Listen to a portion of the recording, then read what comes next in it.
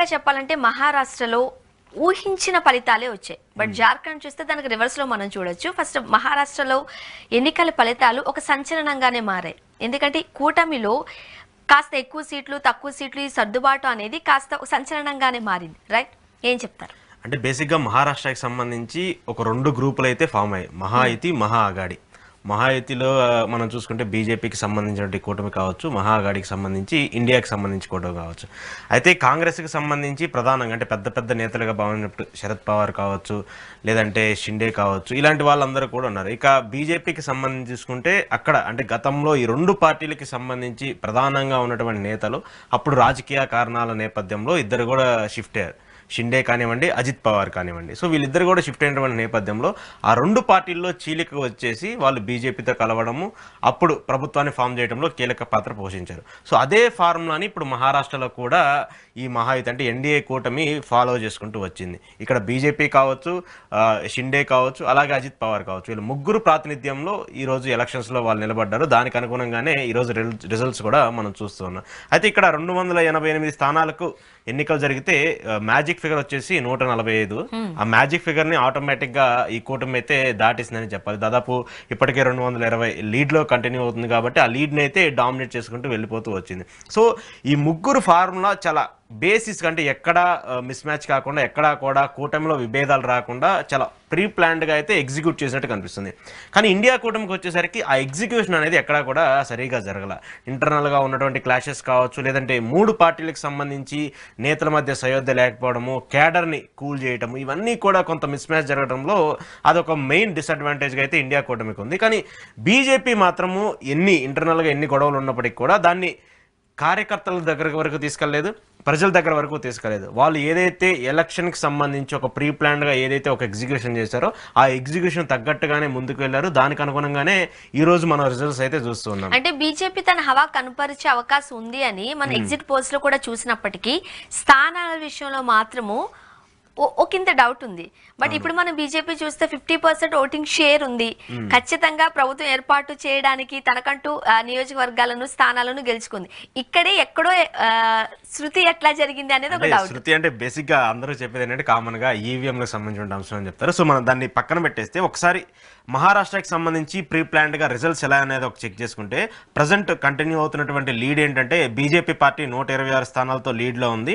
SHS అంటే షిండేకి సంబంధించిన party 56 స్థానాలు, ఎన్సీపీ అజిత్ పవార్ కి సంబంధించిన ఎన్సీపీ పార్టీ 38 స్థానాలతో లీడ్ లో కంటిన్యూ అవుతుంది. అదే ఇది ఇండియా కూటమికి సంబంధించి ఎన్డీఏ కూటమికి సంబంధించి. ఇండియా కూటమికి సంబంధించి కాంగ్రెస్ పార్టీ 18, అలాగే శివసేనకు సంబంధించి 18 సీట్లు, శరద్ పవార్ సంబంధించి 15 సీట్లు, వీళ్ళు కూడా కంటిన్యూ అవుతారు. ఎక్కడా కూడా ఈ 3 పార్టీలు అంటే ఇండియా కూటమికి సంబంధించి చూసుకుంటే 50 సీట్లు దగ్గరలోనే వాళ్ళు కంటిన్యూ అవుతున్నారు. అంటే ఎగ్జిట్ పోల్స్ కూడా కొన్ని ఎగ్జిట్ పోల్స్ 140 వరకు చేరుకుంటాయి, 130 వరకు చేరుకుంటాయి, అంటే 100 క్రాస్ అవుతాయని చెప్పేసి చాలా పేరు మోసినటువంటి ఎగ్జిట్ పోల్స్ కూడా చెప్పారు. సో వాళ్ళ రిజల్ట్ అంటే వాళ్ళ ఎక్స్పెక్టేషన్స్ కూడా తప్పనేది మహా ప్రజలైతే ఒక తీర్పు ఇచ్చినట్టయితే అర్థమవుతుంది. ఇక బీజేపీకి సంబంధించి చూసుకుంటే బీజేపీ అఫ్ కోర్స్ అల్టిమేట్గా ఎగ్జిట్ పోల్స్ ఇచ్చినవి కూడా 100+ సీట్స్లో బీజేపీ ఖచ్చితంగా హవా సాధిస్తుందని చెప్పుకుంటూ వచ్చారు. దాంతోపాటు పోటీ చేసినటువంటి మెజార్టీ స్థానాల్లో వాళ్ళకు ఉన్నటువంటి లీడ్ కావచ్చు, వాళ్ళు గెలుపొందుతారని చెప్పేసి ఒక క్లారిటీకి అయితే వచ్చారు. కానీ ఆ 100+ సీట్ని కూడా డిమియేట్ చేస్తూ పోటీ చేసినటువంటి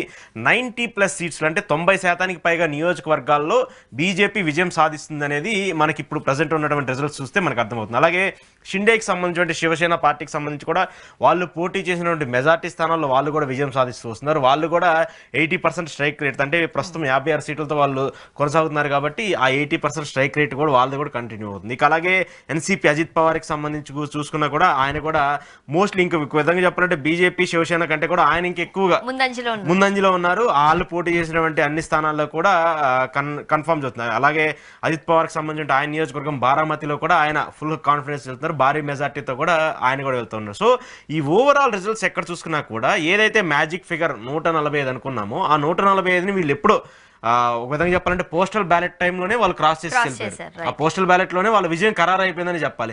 ఇప్పుడు ఆల్మోస్ట్ 12 అయిపోయింది కాబట్టి ఇది ఇంకా ఫైనల్ రిజల్ట్ అనుకోవచ్చు. ఆ గవర్నమెంట్ కూడా ఇదే ఫామ్ చేయబోతుంది అనేది కూడా మనకి క్లారిటీగా అర్థమవుతుంది. ముఖ్యంగా మనం మహారాష్ట్రని మనం ఆర్థిక రాష్ట్రంగా చూస్తూ అతిపెద్ద రాష్ట్రంగా మనం చూస్తూ ఉంటాం. ఈ టైంలో ఒక రకంగా చెప్పాలంటే రకరకాల సామాజిక వర్గాలు, కులాలు, మతాలు ఇవన్నీ కూడా మనం లేని రాజకీయాలను ఇప్పుడు చూడలేం. ముఖ్యంగా మహారాష్ట్ర లాంటి అతిపెద్ద రాష్ట్రంలో శివసేనకు సంబంధించి బీజేపీకి సంబంధించి అందరి ఆసక్తి ఏది ఏమైనా సరే ఎక్కడో ఒక చోట ఒక కన్ను అక్కడే ఉంచారు. సో ఇప్పుడు రిజల్ట్ చూస్తే మీకు ఏమనిపిస్తుంది? బేసిక్ ఏంటంటే మీరు ఏదైతే చెప్పారో క్యాస్ట్ పాలిటిక్స్ అంటారు, అది కంపల్సరీ ప్రతి స్టేట్ లో ఉంటుంది. మహారాష్ట్రలో ఒక విధంగా చెప్పాలంటే ఎక్కువ ఉంటుంది. మరాఠీల ఆధిపత్యం కోసం అక్కడ మహారాష్ట్రలో రాజకీయం కొనసాగుతూ ఉంటుంది. ఇక్కడ ప్రధానంగా చూసుకుంటే మరాఠీల అధ్యక్ష దీనికి సంబంధించి వాళ్ళ గతంలో రిజర్వేషన్కి సంబంధించిన అంశం కావచ్చు, వాళ్ళకి రావాల్సినటువంటి ప్రాధాన్యతకి సంబంధించిన ఇష్యూస్ కావచ్చు, వీటి మీద ఎక్కువగా పోరాటం చేస్తూ వచ్చారు.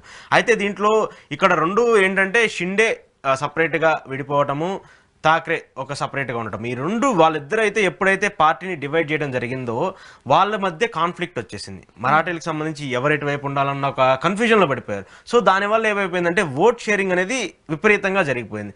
ఆటోమేటిక్గా బేసిక్ ఏంటంటే ఠాక్రేలకు సంబంధించి అంటే వాళ్ళ ప్రాతినిధ్యం, వాళ్ళ రాజకీయ ప్రస్థానం ఎలా ఉంటుందంటే వాళ్ళ బ్యాక్గ్రౌండ్ నుంచి రాజకీయం చేయాలనుకున్నారు. వాళ్ళు ఎంత రాజకీయం చేసినా, వాళ్ళు ఎంత నడిపించినా, రాజకీయాన్ని ఎంత వాళ్ళు శాసించే స్థాయిలో ఉంటారు. కానీ ఇలా పార్టీలతో మింగిలై రాజకీయం చేయాలని చెప్పేసి ఎప్పుడు కూడా మనకి చెప్పలేదు. బాల్ ఠాక్రే సమయం దగ్గర నుంచి కూడా మహారాష్ట్రకి సంబంధించిన రాజకీయాలు ఏం చేసినా కూడా ఖచ్చితంగా బాల్ ఠాక్రే అంశాన్ని లేకుండా రాజకీయం అయితే జరగదు.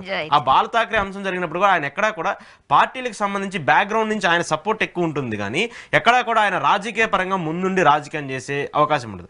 ఆయనకు సంబంధించిన ఎమ్మెల్యేలు కొనసాగుతూ ఉంటారు, ఆయనకు సంబంధించి క్యాండిడేట్స్ ఉంటారు, కానీ ఎక్కడా కూడా పవర్ షేరింగ్ అంశానికి కావచ్చు, పవర్ షేరింగ్ సంబంధించిన ఇన్సిడెంట్లో కూడా వాళ్ళు ఎప్పుడు కూడా షేర్ చేసుకునే పరిస్థితి.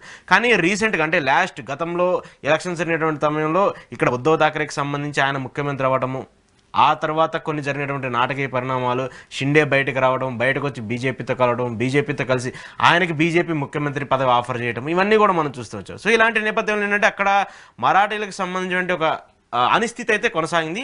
అది ఎవరు క్యాష్ చేసుకున్నారంటే బీజేపీ క్యాష్ చేసుకుంది. బీజేపీ క్యాష్ చేసుకుంది, షిండేని ఉపయోగించుకొని అది 100% ఫార్ములాని ఎలా అయితే ఎగ్జిక్యూట్ చేయాలనుకున్నారో వాళ్ళు అలా ఎగ్జిక్యూట్ చేశారు. ఇప్పుడు అదే రిజల్ట్ కూడా మనం సక్సెస్ఫుల్ గా చూస్తున్నాం. ఎప్పటికీ కూడా మోదీ గారు తన ఒక రాజకీయ చదరంగంలో తన పావులు కదపడంలో సక్సెస్ అవుతున్నారనే చెప్పొచ్చు. 100% అది రైట్. సో ఈ టైంలో మహారాష్ట్ర సీఎం ఎవరు అంటే బేసిక్ ఏంటంటే ఎలక్షన్స్ టైంలో క్యాంపెయినింగ్ జరిగింది మాత్రం షిండే. అంటే గతంలో ఎవరైతే ముఖ్యమంత్రిగా ఉన్నారో మళ్ళీ ఆయనే ముఖ్యమంత్రి అవుతారని చెప్పేసి ఒక రూమర్ అయితే నడిచింది. అయితే ఇప్పుడు ప్రధానంగా బీజేపీకి సంబంధించి గతంలో ముఖ్యమంత్రిగా చేసినటువంటి ఫడ్నవీస్ పేరు అయితే మళ్ళీ తెర మీదకి వస్తుంది. ఎందుకంటే ఇక్కడ చూసుకుంటే బీజేపీ అంటే ఈ మూడు పార్టీలతో పోల్చుకుంటే బీజేపీకి ప్రధానంగా లీడ్ ఉంది. ఏదైతే మ్యాజిక్ ఫిగర్ 145 అని మనం అనుకున్నామో ఆ 145కి చాలా అప్రోచ్గా ఉంది. అంటే 124 సీట్స్కి ఇప్పటికే వాళ్ళు లీడింగ్లో ఉన్నారు. గతంలో ఎక్కడ కూడా బీజేపీకి సంబంధించి ఇంత మెజార్టీ లేదు. సో అప్పుడు ఎన్సీపీ నుంచి వచ్చినటువంటి అజిత్ పవార్ కావచ్చు, షిండే కావచ్చు, వీళ్ళిద్దరు కలిసి ఉన్నారు కాబట్టి వాళ్ళకి కావాల్సినటువంటి మెజార్టీ ఉంది కాబట్టి అప్పుడు రాజకీయ పరిణామం వల్ల షిండేకి ముఖ్యమంత్రి పదవి ఇచ్చారు. కానీ ఇక్కడ ఇప్పుడు బీజేపీకి మెజార్టీ ఉంది కాబట్టి ఫడ్నవీస్కి కూడా ముఖ్యమంత్రి ఛాన్స్ ఇచ్చే అవకాశం అయితే ఖచ్చితంగా ఉంటుంది. కానీ గతంలో ఏదంటే బీజేపీ ఏంటంటే రాజకీయ వ్యూహం ఒక విధంగా ఉంటే దాన్ని కూడా సేమ్ యాజ్ టీజ్గా అప్లై చేస్తూ ఉంటారు.